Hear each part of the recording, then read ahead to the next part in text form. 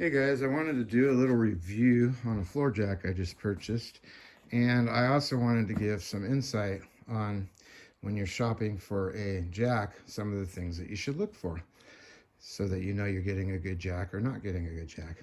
In any case, I did want to point out this one's one from Harbor Freight. This is their most expensive floor jack. It's a 3-ton professional steel jack. They call this one their Super Duty or Heavy Duty. Now, this is the one that they compare to their Snap-on one, I'm going to explain to you why. So first of all, when you go into Harbor Freight, they advertise rapid pump, that all their jacks have the rapid pump and this and that, and that's just the new style of pumps that they come out with these days. The thing I really wanted to point out to you, the most important thing when you're looking at a floor jack and you go to buy one, if you look at the pumps here, the style, excuse me, you want to look at this piston on the left and the piston on the right. If you look at how that one looks, and then you look at how big that one is over there, this one's huge.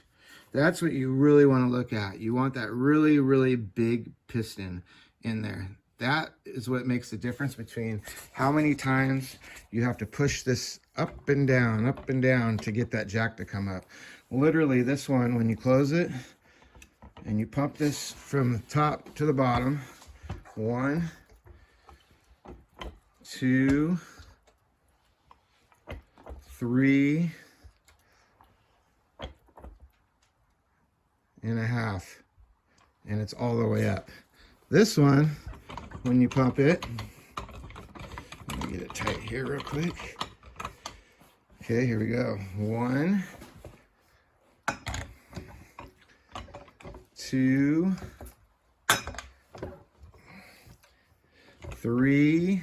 It's not even halfway there yet. 4, 5, 6, 7,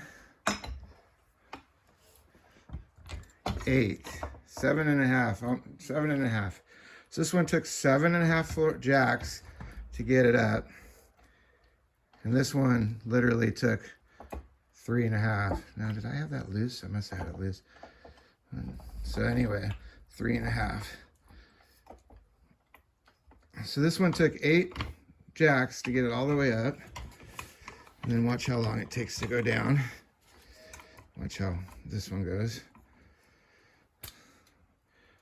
I started this one before I started this one, and that one's catching up to it. It's just so much better. So that one did it in 8, and this one did it in half the time. So anyway, half the time is that one, and that's really the difference, is how much work do you want to do? Do you want to sit there jacking up your car, or do you want to get it up in the air, you know, much quicker, less work? That's one of the biggest differences between a really good jack and the cheaper ones. Now, the other thing to be aware of is the wheels on these. So this thing rolls so smoothly. I know Snap-on did a lot of research on their jacks to make them that when you're jacking it up, the jack follows the car and doesn't slide off the jack. And so the way they roll, the way the wheels are designed, make a really big difference. They put better wheels on this jack. If you look at the other Harbor Freight ones, they're like a silver metal color, and these ones are black. This is a low profile jack. It actually says it on the directions, but when you look on the box, it doesn't say low profile. It just says Daytona Super Duty. And then when you pull the manual out with the little paper instructions, it says low profile. And they do advertise it as a low profile jack when they do their paperwork. But one of the biggest things I'm noticing now, and it's interesting, is I've been a mechanic for over 30 years, and I never knew nothing about these jacks.